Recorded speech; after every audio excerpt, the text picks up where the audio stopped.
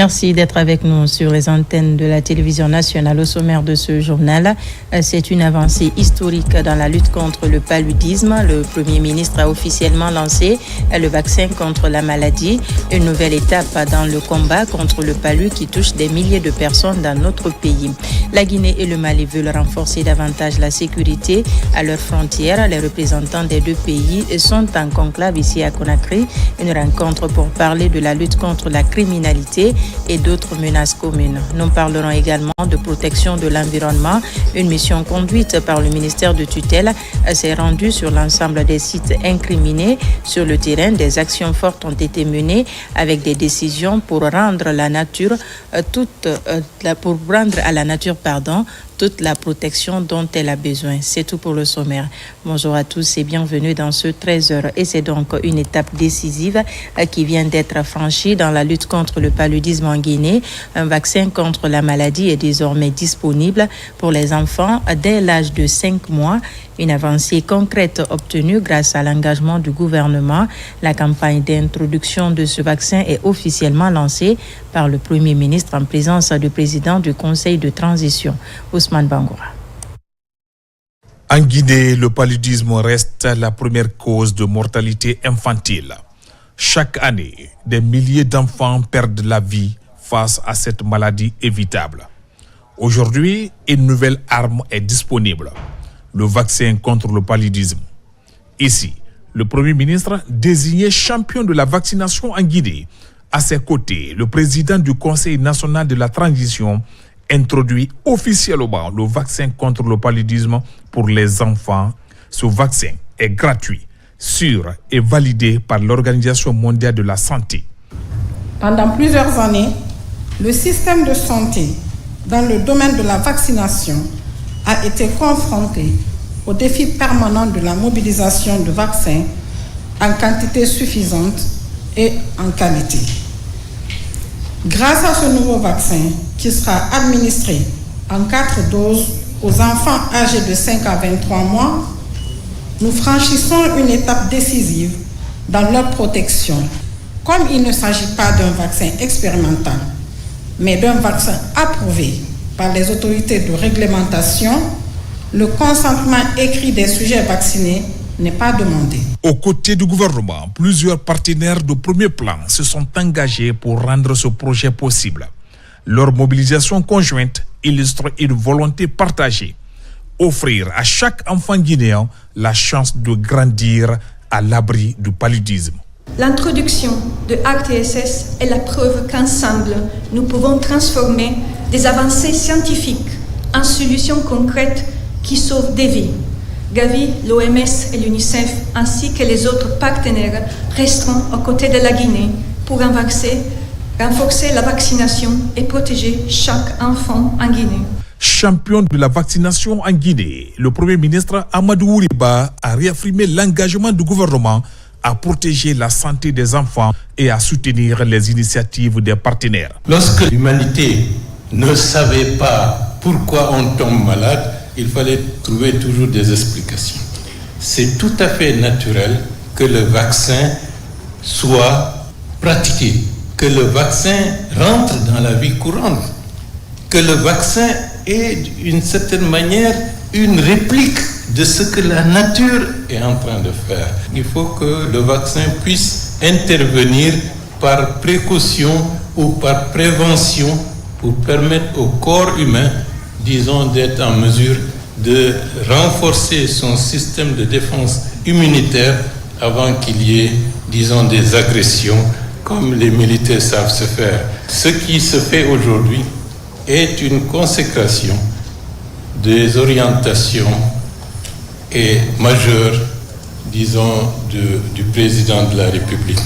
Parce que vous ne pouvez pas, ceux qui ne voyagent pas à l'intérieur du pays, ne peuvent pas s'imaginer les efforts extrêmement importants qui sont consacrés à la santé de manière générale. Dans les prochains jours, le vaccin sera administré aux enfants âgés de 5 à 23 mois dans les préfectures et districts de Mamo, Gawal, Kankan et Yomo.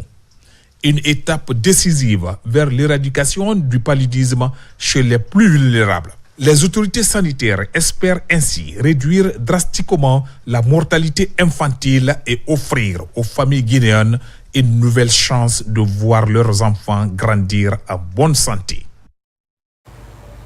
Kankan a accueilli cette année la campagne nationale de vaccination contre la péripneumonie contagieuse bovine. Plus de 700 000 doses de vaccins sont mobilisées pour éliminer la maladie respiratoire à travers le pays. Les travaux sont coordonnés par l'unité mobile de santé animale pour protéger le patrimoine animalier de la République de Guinée. Le détail avec notre correspondant régional, Diamokaba. À la direction régionale de l'agriculture et de l'élevage de Kankan, ce conclave du monde pastoral est un passage obligé. Chaque année, il annonce les couleurs de la campagne de vaccination contre la PPCB, une maladie respiratoire bovine. L'utilisation correcte des vaccins pour préserver la santé animale est l'une des grandes orientations de 2025. L'importance de la réunion, c'est de prendre toutes les dispositions idoines pouvant donner du succès à la campagne. L'élevage fait partie des secteurs stratégiques de l'économie de notre pays, donc ce qui amène le ministère à faire de la campagne une opération annuelle pour préserver la santé des animaux. À Foussé, dans la sous-préfecture de Karifa Mouria, le temps est donné. Dans ce vaste parc à bétail, les premières doses de vaccins sont administrées. Le but de l'opération, garantir la sécurité alimentaire en luttant contre les maladies qui affectent la santé animale. L'objectif principal de cette campagne de vaccination est de protéger notre cheptel contre ces maladies dévastatrices qui non seulement impactent la santé animale, mais aussi ont des répercussions économiques graves sur nos communautés, en particulier sur les petits producteurs et les éleveurs. La vaccination constitue la stratégie la plus efficace, durable et économiquement abordable pour prévenir les maladies animales. Je lance un appel solennel à toute la communauté pastorale de Kankan et en particulier aujourd'hui Karifa Mouria pour qu'elle prenne conscience de l'importance de cette campagne et qu'elle participe activement et pleinement à la réussite des opérations de vaccination. Cette année, le ministère de l'Élevage a mis à la disposition de l'unité mobile de santé animale 780 000 doses de vaccins pour protéger le patrimoine animalier du pays. Un contrôle sanitaire a été récemment mené dans la commune de Sonfonia, un contrôle pour améliorer les bonnes pratiques au niveau des boucheries de la zone. Après cette séance d'inspection, plusieurs acteurs ont reçu des certificats d'aptitude médicale pour les encourager dans leur profession. Une opération conjointe de la délégation spéciale et de la direction communale de l'élevage pour prévenir les maladies. Reportage Aboubakar Diaby, Kandesila. Pour assurer la sécurité sanitaire des produits d'origine animale, la délégation spéciale de la commune de Sonfonia s'active sur le terrain pour prévenir les maladies. Après avoir soumis plusieurs boucheries de la zone à un contrôle sanitaire et à une inspection de salubrité, ces autorités communales procèdent à la remise des certificats d'aptitude médicale aux bouchers. Les bouchers nous ont demandé qu'ils n'ont pas un carnet sanitaire. Donc ça nous a poussé à les mettre sous des contrôles sanitaires afin d'exercer leur noble métier. On trouvait que c'était une bonne idée. Cela prouve que l'engagement de la commune de Sonfonia pour l'hygiène sanitaire de la commune, il veut vraiment accompagner la population. À ce jour, ces récipiendaires sont disposés à effectuer leur profession tout en prenant en compte les mesures nécessaires pour préserver la vie des consommateurs de la viande. Ça, c'est devenu un devoir pour tous les autres de faire et de faire cette gérance sanitaire-là au niveau de tous les acteurs afin que nous puissions donner de la bonne qualité de viande à nos concitoyens, à nos citoyens de la capitale. Aujourd'hui, voilà en train de faire la remise de certificats d'aptitude de santé de tous les bouchers de la commune de Sonfonia. Donc aujourd'hui, ils sont non seulement protégés, mais tous les consommateurs de viande de la commune de Sonfonia sont aussi protégés à travers la protection de ces différents acteurs du secteur de la viande. Cette rencontre d'échange d'idées est axée sur le respect du code de l'élevage et des produits animaux. Une occasion mise à profit pour expliquer les innovations majeures du projet de nouvelle constitution. Ces participants prennent connaissance du contenu de ces textes fondateurs afin d'être bien protégés dans l'exercice de leur métier de tous les jours. La célébration en différé de la journée africaine de la décentralisation et du développement local couplée à celle de l'état civil. Les activités sont placées cette année sous 2 thèmes qui rappellent l'importance de la décentralisation et la place de l'enregistrement des faits d'état civil dans le développement des collectivités. La journée permet d'attirer l'attention des décideurs sur les défis que soulèvent ces questions importantes. Amadou Touré, Abdulrazak Souma.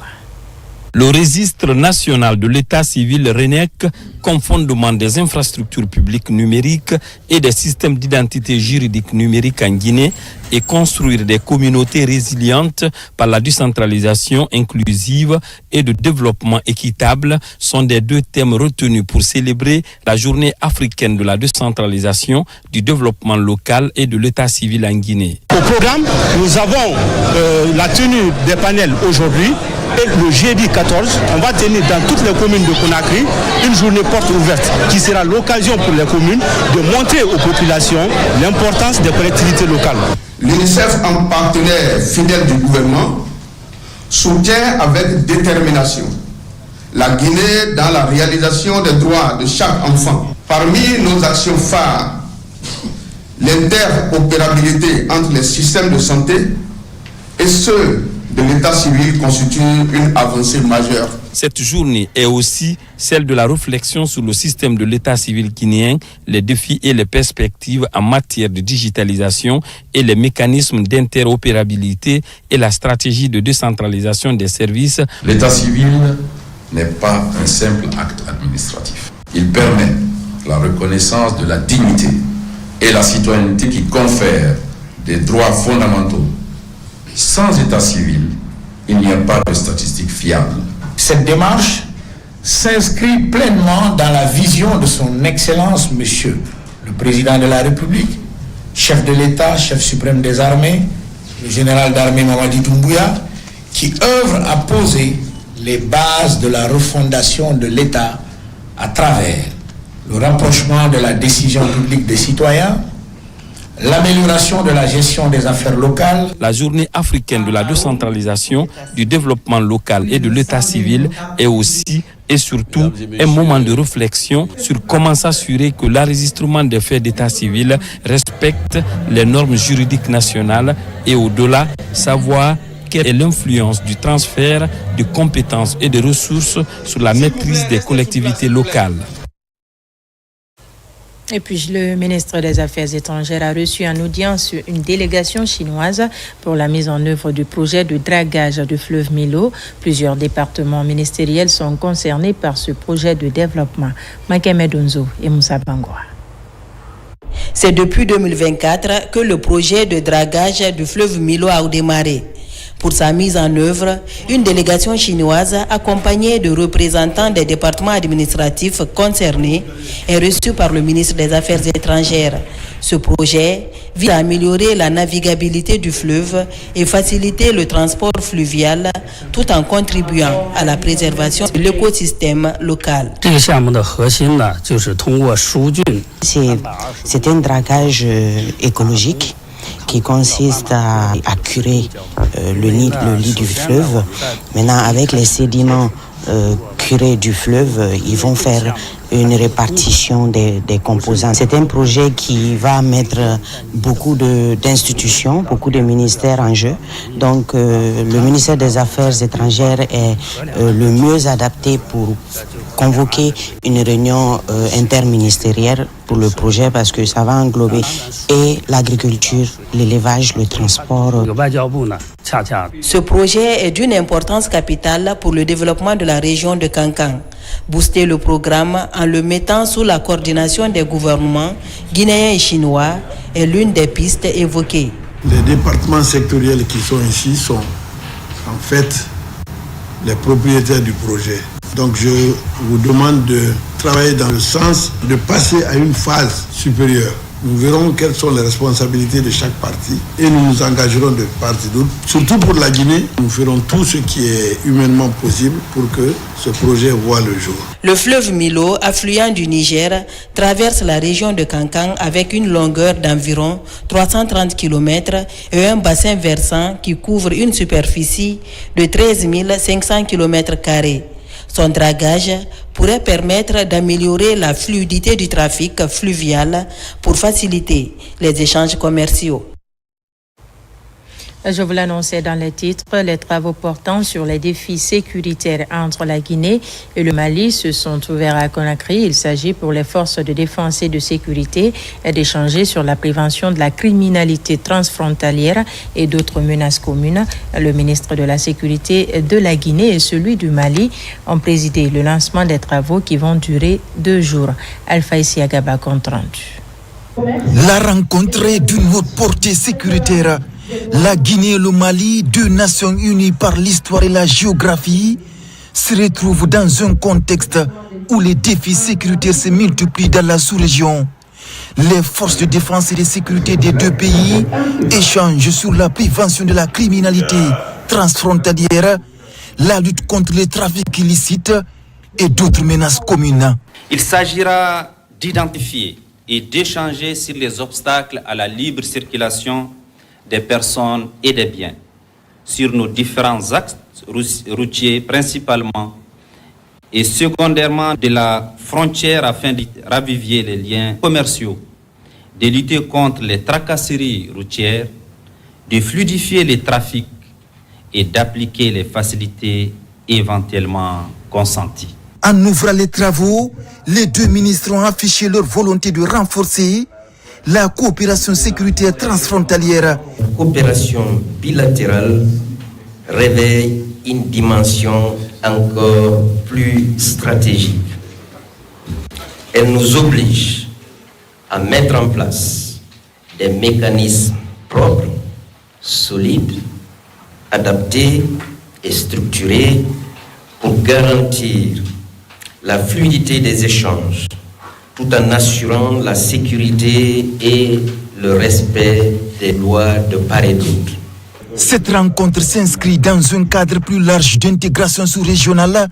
Elle prône une solidarité active entre les pays de la CEDEAO et propose une réponse concertée aux multiples défis qui fragilisent la stabilité de la sous-région. Direction la région forestière pour la supervision de la campagne agricole dans ce grand bassin de production. Les nouvelles autorités du ministère de l'Agriculture comptent mettre en place un programme de relance des cultures d'exportation.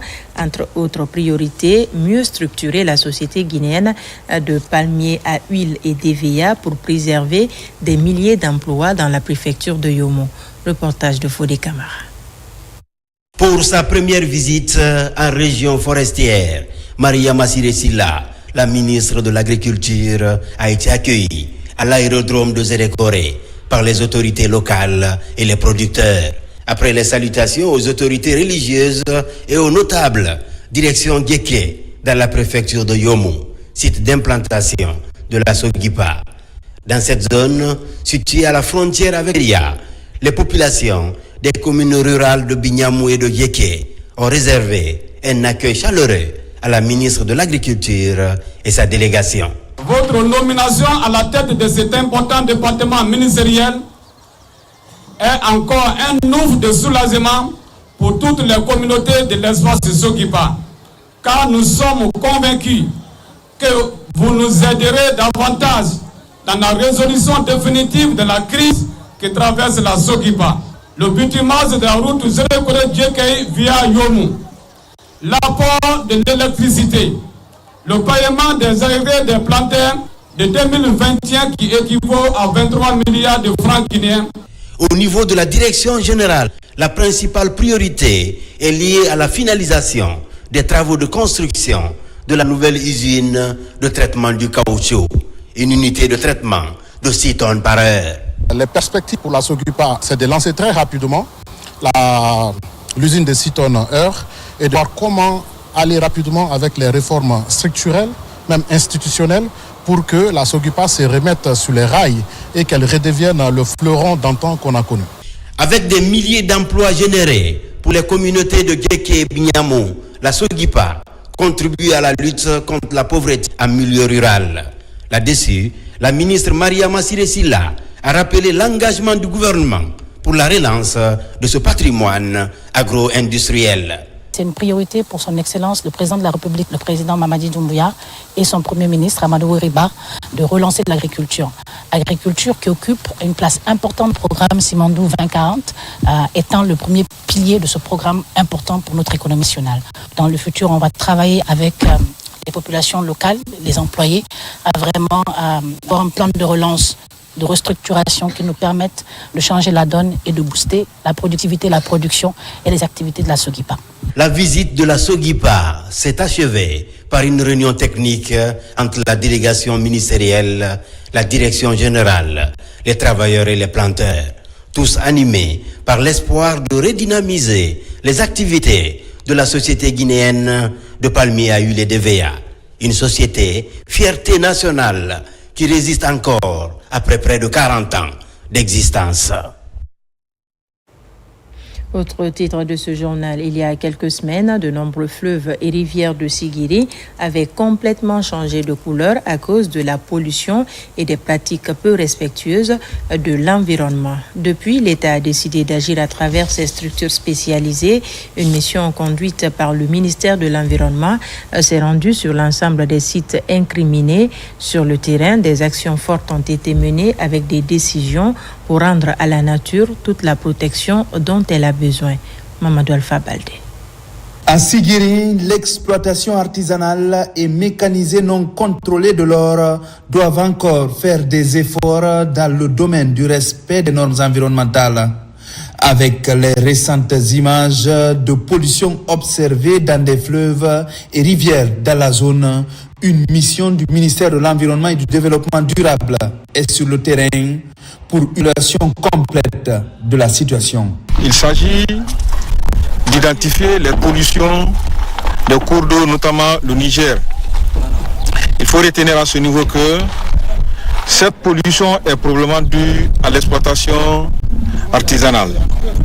Alors, non seulement artisanale, mais mécanisée aussi non autorisée. Parce que nous avons constaté qu'au long des cours d'eau, il y a des installations. Après un tour des sites concernés et des entretiens avec l'ensemble des acteurs impliqués dans le processus d'exploitation artisanale de l'or, en présence des techniciens de l'Agence guinéenne d'évaluation environnementale, un constat est fait, mais surtout des pistes de solutions durables sont envisagées. Ces exploitants illégaux ne peuvent pas s'installer dans une localité sans que cette population ne soit informée. Alors, cette population qui, d'une manière ou d'une autre, occasionne l'installation de ces illégaux, on aimerait qu'ils nous aident à traquer ces personnes qui viennent détruire leur environnement et quittent sans aucune restauration. Au niveau du ministère des Mines, nous avons initié déjà des grandes réformes pour organiser cette activité, de manière à ce que ça profite non seulement à la population guinéenne, et à l'État également. L'application des recommandations de cette mission de terrain est un début de solution à un problème qui date de plusieurs années. La protection des têtes de source et des berges du fleuve qui abritent les barrages hydroélectriques du pays, un programme d'actualité à l'électricité de Guinée. À la mise en œuvre de ce programme, EDG bénéficie de l'appui de l'association des femmes de Zérékouré, Lola et Yomo. À Garafiri, cette ONG a mis en terre plusieurs plans d'espèces locales autour du barrage de 75 MW. Reportage de Nabi Kamara. Sur le terrain, la campagne nationale de reboisement 2025 lancée par EDG se poursuit. Elle bénéficie de l'appui de l'association des femmes des Zérékouré, Yomu et Lola, qui est en train de mettre en terre 2222 plants d'essence locale sur un domaine de 2 hectares autour du barrage de Garafri à Lissan dans la préfecture de Kindia. On a déjà mis un comité en place qui va faire le suivi de ce qui est mis et 3 mois après, ils viendront voir les plans qui n'ont pas réussi, ils vont les remplacer. Dans notre jargon, on l'appelle le regarnissage. Et dans ce domaine, c'est un enrichissement qu'on est en train de faire parce que c'est déjà une forêt communautaire qui est là. Donc, on a sillonné à l'intérieur déjà et à partir des éclaircies qu'on a trouvées, c'est sous ces éclaircies qu'on est en train de reboiser maintenant. Donc, la forêt fait déjà 30 hectares et on est en train d'enrichir cette forêt. Entre EDG et Afenil, c'est un partenariat scellé pour lutter ensemble contre la dégradation des berges et têtes de source des fleuves et rivières qui abritent le barrage hydroélectrique de Garafri. L'objectif est déjà bien connu, reboiser pour ombrager le bassin versant de Concouré pour qu'il y ait suffisamment d'eau et plus il y a de l'eau, il y aura suffisamment d'énergie électrique.